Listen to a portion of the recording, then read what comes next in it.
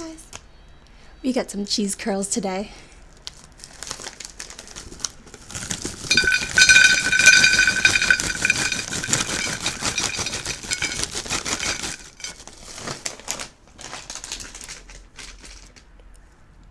So one of you commented that you wanted to hear a little bit about me, so that's what I'm going to share with you today.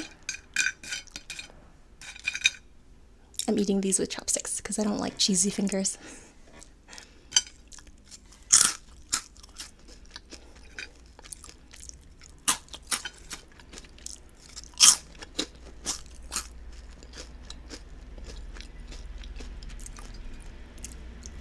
Well, first,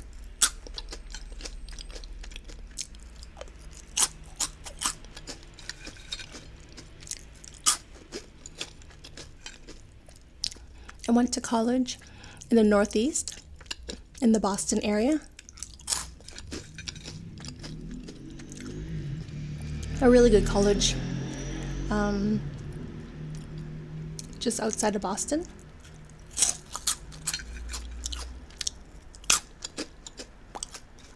That's where I met my husband.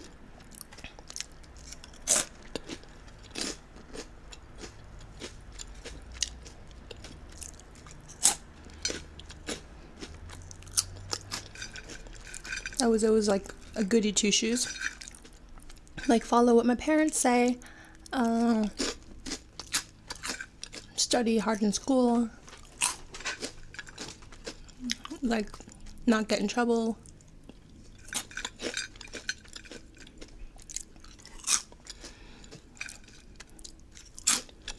Work towards getting like a really high paying job.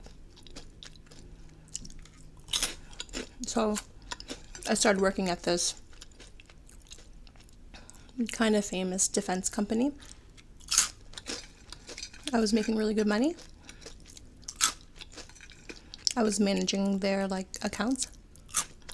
So I was like a kind of a financial person.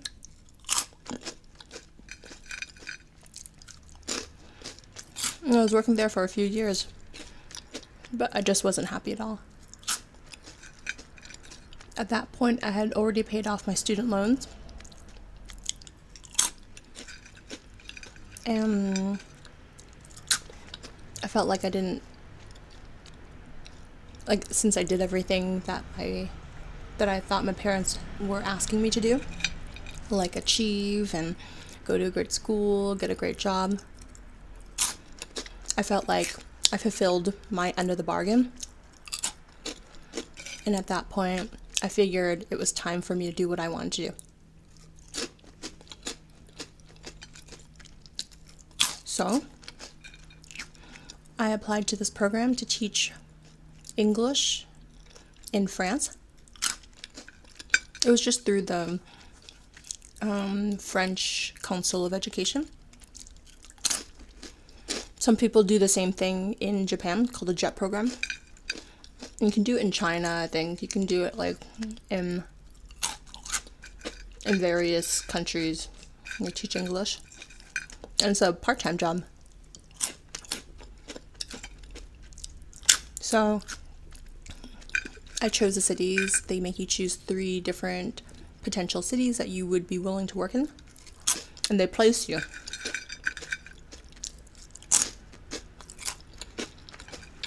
I used an address of a friend in Paris.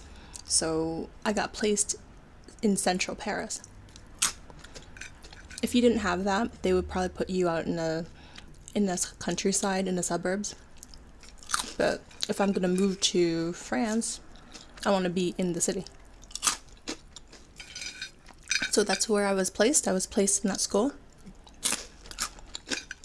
I was placed at Lycée Rodin, which is in the 14th arrondissement, which is a neighborhood. And there, I worked at a high school, and I taught English part-time. It was approximately 12 hours. But what I found myself doing was staying longer, coming in earlier, writing up reports for the teachers I was assisting, giving detailed accounts of how the students were progressing. I didn't mind. I didn't mind, like, grading the kids.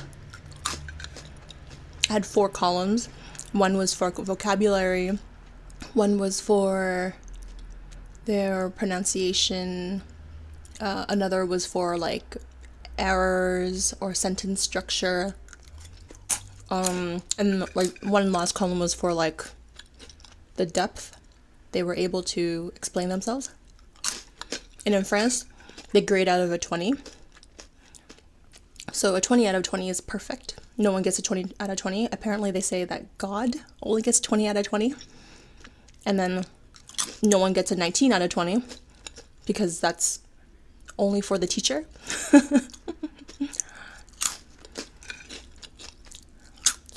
So at first I was, like, grading kind of hard. I was giving kids, like, 9s, 8s, 9s, 10s out of 20. Because, I mean, they weren't that good. You know, they were, like, speaking kind of, sometimes not making any sense. And the kids were like, oh, I guess it's a bad grade. So they ran back to their teacher and complained. So that teacher talked to me and was like, oh, could you not be so strict with your grading? I'm like, yeah, sure, I'll do whatever. I'll do whatever you want. So I go back and I start giving them, like, 15, 16, 17s. And then all of a sudden the teacher's like, I wish I never said anything to you to begin with. And I'm thinking, damn straight.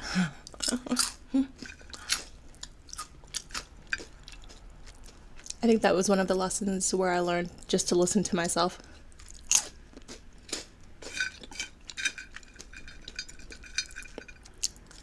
From when I was at that school, I discovered my love for teaching. I loved organizing the lessons. I made little mini lessons, like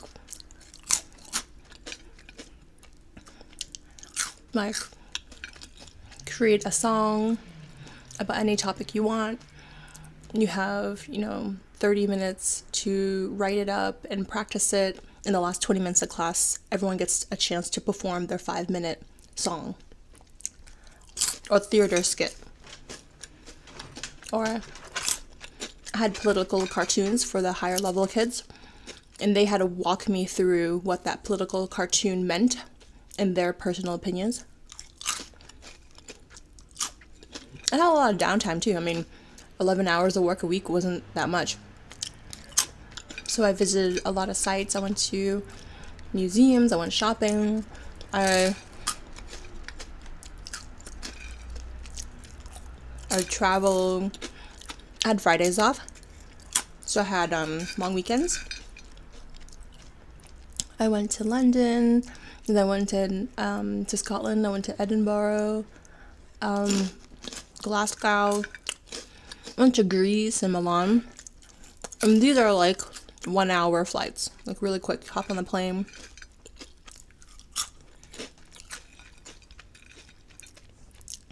And I went to the south of France a lot too. I met such amazing people at the high school, and they just inspired me to listen to myself and allow myself to consider teaching as a profession. Because in my family, like, if you don't make money, you don't get respect. Sadly, they look down on teachers because they're like, ugh, they don't make anything. That's the kind of attitude that's in my family. So that was something I had to kind of work against. And my parents had the best intentions for me. They just wanted me to be comfortable and to make comfortable money. What ended up happening was that I felt like I was caged in by these ideas. That money was the only determiner of success. It took me a long time to figure out that I decide what makes me happy. I think you deal with that in your 20s.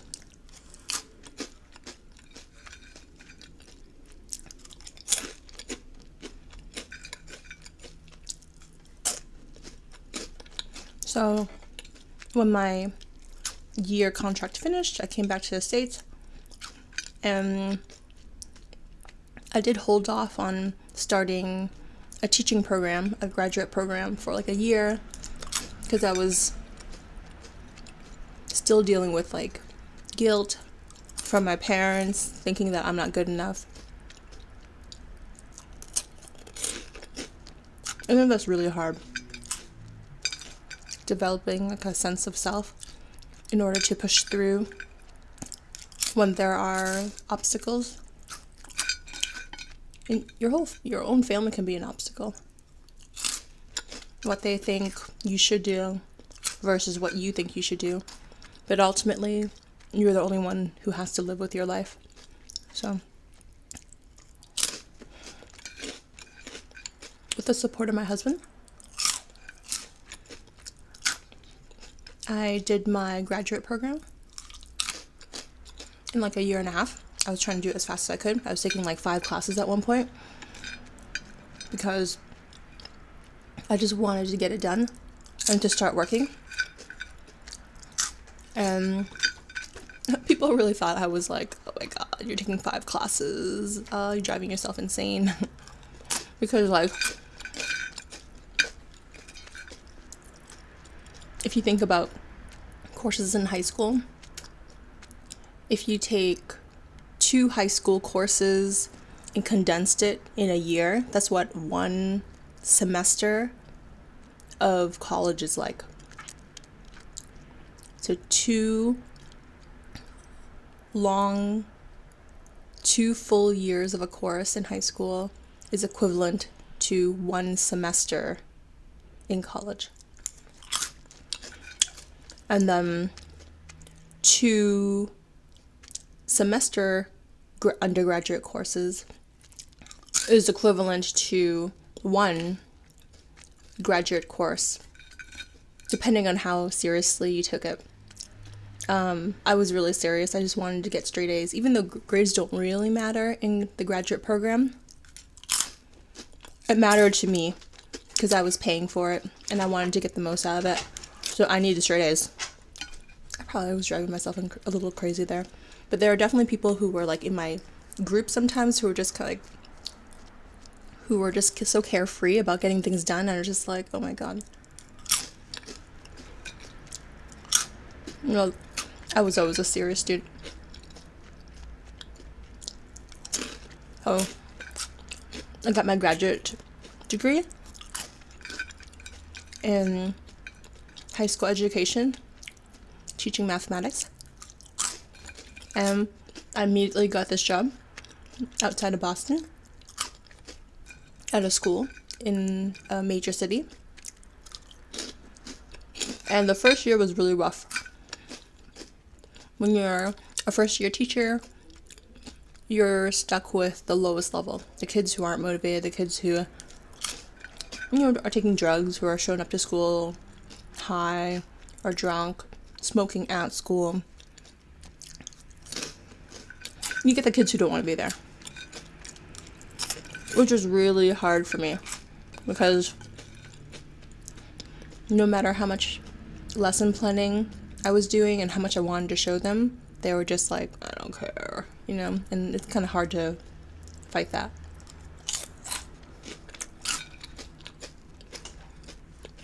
I had a student throw a table at me because I was working with another student and I didn't come to the other girl fast enough. So she threw the table at me.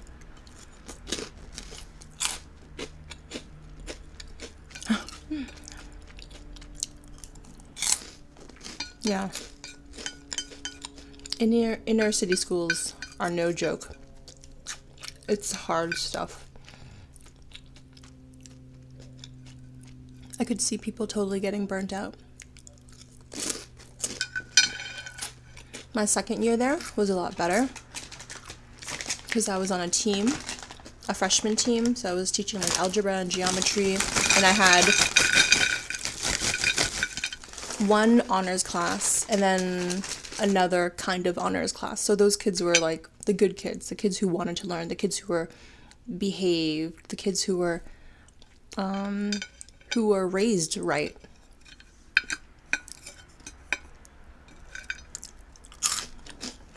The kids who are taught manners at home, to be respectful and to not be lazy. And it really does start at home. Like, I only spend an hour a day with these kids. More if they want to come by and say hi to me after school. But if their home life isn't really organized, if their home life is hectic and high strung, there's only so much that a teacher can do. And I had to kind of like allow myself to feel okay with trying the best I could, because I can't, I couldn't control everything. So for the kids that wanted to learn, I wanted to do everything I could for them. Create a stable environment, somewhere quiet that they can listen and learn and practice. And kind of manage the kids who just didn't want to be there.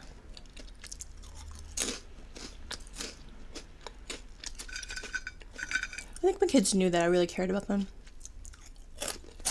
And I don't regret ever going into the teaching profession.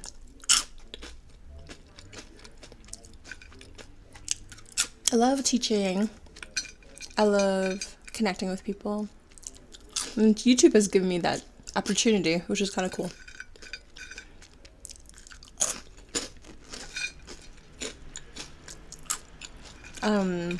So recently, in the back of my mind, I always wanted to live in California and give it a chance. So I searched and I looked for a school in California, and I happened to stumble upon like the best school in California, whatever that means. But it didn't really work out. I was kind of used and abused, kind of like a pawn in someone's little plan to get ahead in life. Like, if you watch House of Cards, you see these like wheeling and dealing behind the scenes to get things passed. Well, I felt like I was a pawn to get someone to win someone's side in order to get their vote for an advancement in position. Like someone else was looking to get to a higher position, like a principal, assistant principal, a superintendent. They wanted to get that next step, and they were kind of using me to win favors from parents. So it was kind of dirty business. I was like overly scrutinized for no reason. So it kind of left a bad taste in my mouth. The school, not teaching. I do want to return to teaching eventually. But I'm trying to figure out if I want to teach in California, where like nothing in LA is affordable on a teacher's salary, or if we want to consider moving somewhere else that is affordable, that we can buy a home. So that's what our trip to Houston will be next week. We're going to scope things out, see what the neighborhoods are like, see if there are good communities, see if it's family friendly. Basically see if we can live there. And if we decide to move there, then I'm going to apply for my Texas teaching license and look for a job out there.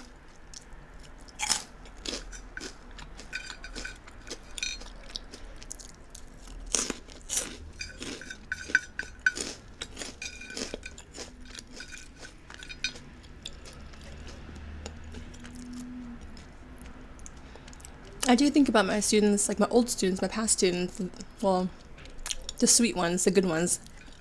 Even if they weren't that bright, like it's more about their personality, like, oh, they were so funny, or they really knew how to light up the mood if things were like tense for some reason. Making a joke or just being like generally like sweet kids. I think about those kids a lot. And think about how nice it would be if I had children of my own like that.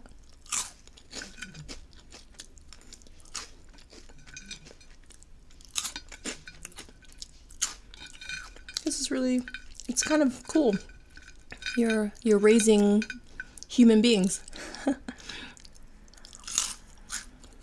You're raising them to be assertive. You're raising them to be vocal about their needs, to be respectful, to provide feedback to each other, to work together, to work through their frustrations, to realize that there's always, you can figure things out, that they don't need rescuing, that they have everything they need to figure things out. They can ask people for help. Asking people for help is a tool, a major tool that some people are not really open to.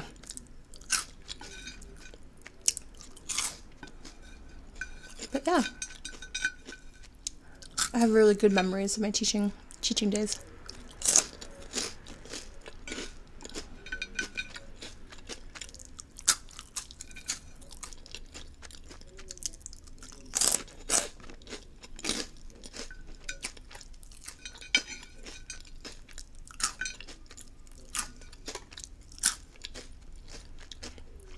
I hope you enjoyed this video. I'll see you next time. Bye!